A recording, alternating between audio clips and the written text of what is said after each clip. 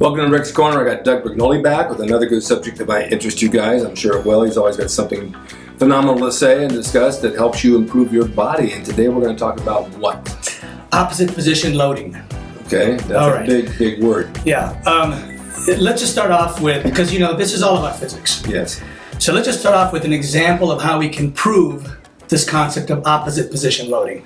So what I usually say is if you had a rope and you had a tree branch over you, you threw that rope over the tree branch and it came down, you had both ends, and you pull straight down in a 6 o'clock direction. Mm-hmm. If you could climb up to that branch and examine where the greatest downward pressure is on that branch, you would discover that it's in the 12 o'clock position, directly opposite the 6 o'clock position. I get that. That's all. Clearly, there'd be nothing at the 6 o'clock position. Right. There'd be a little something in the 9 and 3 o'clock position, but not nearly as much because it's not being pushed in, it's being pushed down alongside, right? So that's what opposite position loading means. If this was a muscle up there, you want to make sure your target muscle is directly opposite the direction of resistance. Okay. And often it's not. Okay, I'll give you an example. Okay. Let's say we're doing a one-arm dumbbell row. All right. Okay. And I'm sure you guys are guilty of this. We've all been guilty of it at one time or another. We want to use as much weight as we can on those one-arm rows. Yes, I've seen it over. Because we want to be able to take a picture of it and put it on Instagram that we did one-arm rows with a 120-pound dumbbell. Right. Okay. What happens is when you grab that dumbbell, your back is in the right position, right? But as soon as you rotate your back around, it no longer is opposite this pull. The rear deltoid is. Yes, I see that. Yeah. So it started off in the right position, but as soon as you rotated your torso over to the 9 o'clock position, you moved it from a position where it was actually able to pull that weight over to a position where it couldn't. How do you avoid that?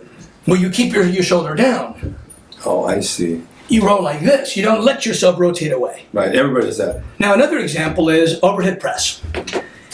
If you watch someone doing an overhead press and they have a tank top, okay, ask yourself what muscle is in the 12 o'clock position.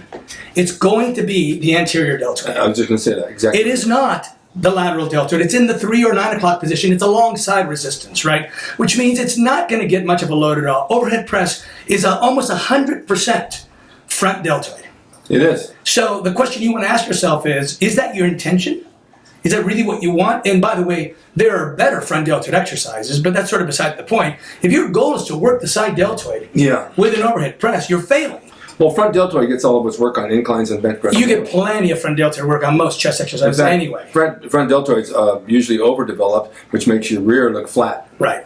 So everything's up front and in the back it's flat. Right. But here's another one. Let's just say you're going to do an incline dumbbell press, okay?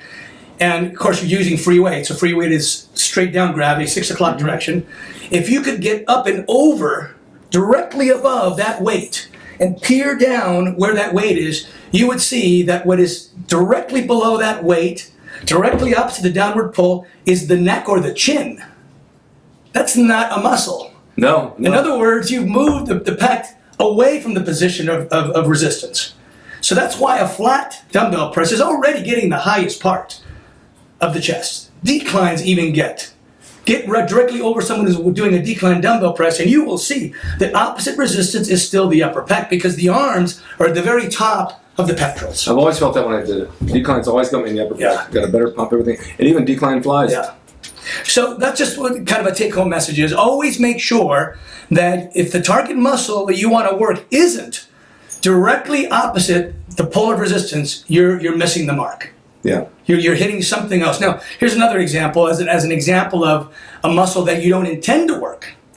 Standing side raises with dumbbells, okay? Well, this downward pull on that arm is going to challenge that trapezius. Right. That trapezius is going to always be in the 12 o'clock position of a 6 o'clock pull. The side deltoid isn't opposite resistance yet. It won't be opposite resistance until you get to the top. So in other words, the muscle you want to work is only opposite resistance a fraction of the time. But the muscle you don't want to work is opposite resistance all the time. The trap?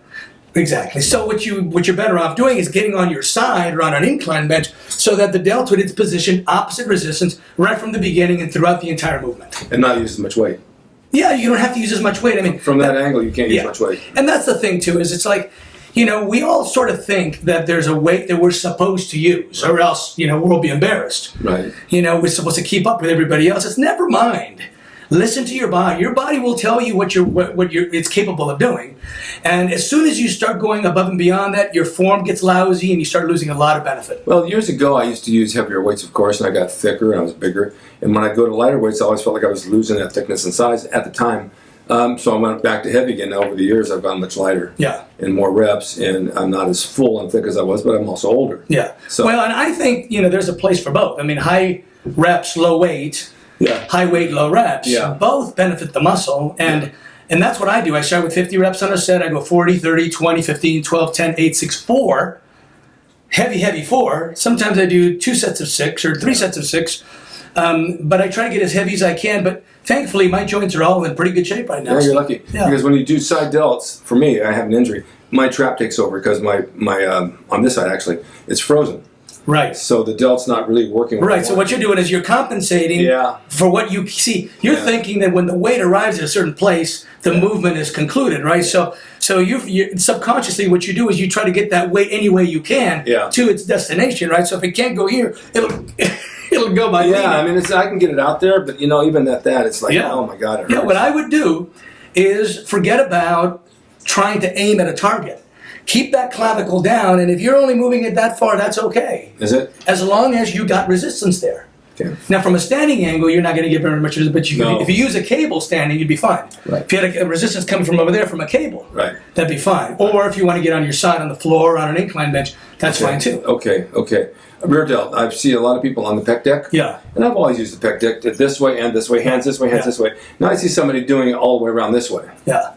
Well, you don't want to go past the torso. In fact, I don't even go to the torso. I've seen people doing that. I literally only go to here because here's the mistake that people make, especially on rear deltoids, is they usually, the standard rear deltoid exercise is the bend over rear deltoid, right? Which means that when you're bent over, your arms are parallel to resistance, which means you're getting 0 on the deltoids. Right. And you're not going to start to get any resistance until you're about halfway through the movement. Right? Well, that's when your muscle actually starts to get weaker. So that's why what you actually want is resistance that doesn't come from the front, but resistance that comes from that side for this arm and that side for this arm. Right. Now, the pec deck would work, but I wouldn't, the reverse butterfly, but I still wouldn't go very far back. But you definitely want resistance from the beginning. You don't want that to be a neutral lever at the beginning. Right. No, I see people come all the way back. I think they're always going back like this, and I look at them, what are you doing? It's not even right. Right. It's not even right. And by the way, speaking of rear deltoids, rowing, standard rowing, one-arm rowing, machine rowing, T-bar rowing, is mostly rear deltoids. Yeah, it would be. And the reason is this. There's only 3 possible scenarios that could be happening when you're doing a rowing. Either you're working your lats, or you're working your upper inner back, or you're working your rear deltoids. But we know you're not working your lats as well as you could, because we know that a pulling toward the origin of the lats, which is the spine, is the best lat exercise. So it's already, yes, the lats will help, but they're not in a position to do most of the work, right? So is it the upper inner back? Well, the upper inner back would be the center of the trapezius, the low trapezius, right? Well, the trapezius don't even connect to the arms. That's true. So the arm part of the rowing is not done at all. If you're not pulling your shoulders back when you're rowing, you're not even involving the upper. If you're keeping your shoulders forward as you row, you're not even involving the trapezius, the lower trapezius. What about... so it's all rear deltoid. What about pull downs? Now, I always do mine in front, but I saw somebody else doing it behind the head. Now, I must have done them years ago. I'm sure I probably did at one point. I don't think I do it now because it hurts, but what is the benefit from doing it behind or in front? Well, you should never do them behind. I didn't think so. Now, there's a couple of reasons. First of all, in order to clear your head, you're going to have to lean slightly forward. Yes. Right? Yes. So that means you have 2 options. Either you're going to bring your elbows in front of your body, right? In which case your forearm and the cable are parallel. Right. Or you're going to bring it behind your head and let the elbows go back. Well, as soon as you do this, you've got a cable that's trying to go up and you're trying to arm wrestle it down. Yeah. So that's internal rotator strain. Yeah. So you're going to strain your internal rotators by doing a pull down behind the neck so that you don't hit yourself on the head, which is ridiculous, right? So here's why the one-arm pull-in is ideal, because if you can make the ideal pull-down machine, it would actually be not to the sides, slightly in front and slightly up. Okay, well, that requires two separate moving parts. You can't make one bar that angles this way and another, the same bar angling this way. You need to have separate moving things. You can do two arms together or one arm at a time, but that resistance has to come from slightly in front of you, not behind you, not above your head. It has to come from slightly up here and in, toward the spine. All muscles pull toward their origin. Yeah, yeah. So the origins of the lats are on the spine. If you're not pulling toward the spine, then you're getting less than maximum benefit. So when you're doing a pull down, since the resistance isn't coming from the side parallel to those latissimus fibers, it's coming vertical. You're pulling vertical. You're involving the lats, yes, but you're still not pulling directly toward the spine, inward. I tried the one you said with the one arm. Yeah. I like it. And it protects the shoulder because, you know, pull up, pull down wants to get your arms up to the very top, which would impinge. Yeah. You really don't want to get your arm any higher than about that. Yeah. And avoid the impingement. So when you're doing laterals, for example, you're going to come up to a certain level. I mean, I've seen also people come way up over the top of their head. Oh, that's ridiculous. It is, isn't it? Yeah, in fact, I think I've done this with lots of other people. If I get behind you and I hold your shoulder down, your shoulder carriage, you can't get your arm even parallel with the ground. Right? It's going to stop somewhere right around there, and that's fine. That deltoid is contracted right there. That's all you want to do is contract that rear deltoid. Now, you might think, well, that's a nothing movement. Well, it's a nothing movement if you do a standing side raise because you get nothing at the bottom, and then when you're finally arriving at the destination, that's when it starts to load up. You need an inward, a resistance coming from over there, and you're starting out of the gate with resistance. As soon as you start, you got resistance, and you got the most of it, and then by the time you get here, you've got 100% resistance through the entire range of motion. But if you're going to do a standing version of it, you're almost halfway done with it. It's like trying to do a tricep kickback. By the time you get to the top of the movement, you've missed the first half. That's true. I like those, though. Tricep kickback? Yeah. Well, look, tricep kickbacks fool you into thinking they're good because when you get to the top, you feel the muscle contract. Right. But there is a thing called early phase loading, and that means that a muscle is strongest when it's elongated and weakest when it's contracted. Which means that ideally what you want is there to be more resistance in an exercise when you're strongest, when your muscle is stretched, and less resistance when it's contracted. So this is the opposite. A kickback is the opposite of what you ideally want. A skull crusher is the ideal because now you got the resistance that's increasing because this lever is going perpendicular to gravity right when the muscle is stretching. And as you get weaker, the resistance diminishes. That's perfect. Makes sense. And you can prove it because all you have to do is go in a gym and see if you can do the same amount with a tricep kickback as you do with a skull crusher, and you realize you can't. You can't. Actually, I saw Albert Beckles today, or yesterday, he was doing tricep kickbacks, but he had the cable. He had one plate on, and he was just doing the cable straight. Well, a tricep kickback with a cable is nothing more than a tricep pushdown. Pretty much. All you've done is bent over. The tricep doesn't know you're bent over. No, and I agree with you. Yeah. But sometimes you'll do pushdowns till you're blue in the face, and after months and months and months and doing that, it's like you don't feel them anymore. So I switched from a bar to a rope just to get my mind into something else. Whatever I can find to get the main thing is just to get the resistance somehow from start to finish. Right? And you also want to make sure that you're not compromising any joints along the way. Right, exactly. That's a big issue. You know, like this tricep exercise, you know, with a dumbbell? Can't do it. No, because it's trying to pull your arm all the way back, but just jamming your shoulder. Now, if you do that exercise, you do it with a cable.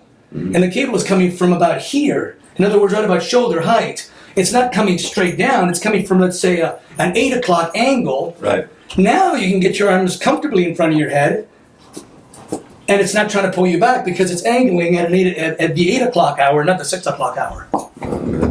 I mean, it's a little bit complicated. It's complicated. Especially when I don't have drawings. And it's complicated when you have injuries because sometimes injuries take over and you can't do the movement. Yeah. And there's nothing worse than going to the gym and being in pain. And not muscle pain, but joint pain. Right. And you try to do something, God, I don't want to do this. It hurts so bad today, you know, and you get one day to the next. And I talk to so many people. I'm talking to even young people nowadays that say, oh, they're so sore all the time. Their joints kill them. Right. I don't know if it's something in the air or what, and they come to the gym exhausted.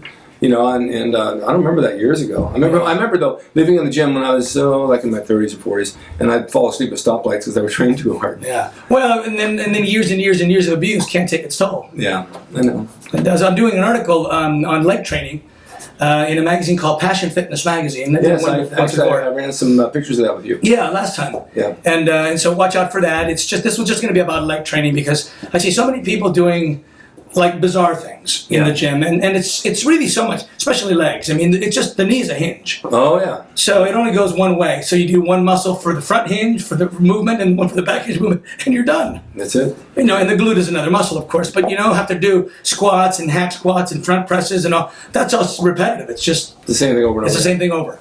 Well, thank you very redundancy. much. My pleasure. We can reach you on internet where? Well, you can reach me at Facebook. Okay. Or dbfitness@aol.com. Okay, and then this magazine's out too. And then Passion Fitness Mag Okay. is the website. I want a picture of that too. Yeah. I also want to add that, I have my shirts at Rick Drasin Originals. Yeah, I like those. And you want to go in there and find the Gold's Gym Original and some of the new designs. But I have another new design that I'm going to put up and show you that I'm not out with yet, but here's the artwork on it. And it's kind of cool. I ran it back in the late 70s and 80s, sold a ton of these shirts. And I'm going to bring it out again. Actually, what happened was I made one to wear at the gym that said, "Don't bug me when I'm training." Yeah, right. Keep people away from me. Yeah. And pretty soon everybody said, "No, I want the shirt. I want the shirt." So I ended up mass producing them and selling them. That's when I can actually see people bugging you more because you're wearing that shirt. Exactly what happened. Hey, cool shirt. That's exactly what happened. So here's a hint of what it looks like. And thank you, Doug, for being here. My pleasure, always. Thank you all for watching, and stay tuned next time. We'll bring you more from Rick's Corner. Have a nice day. Thanks.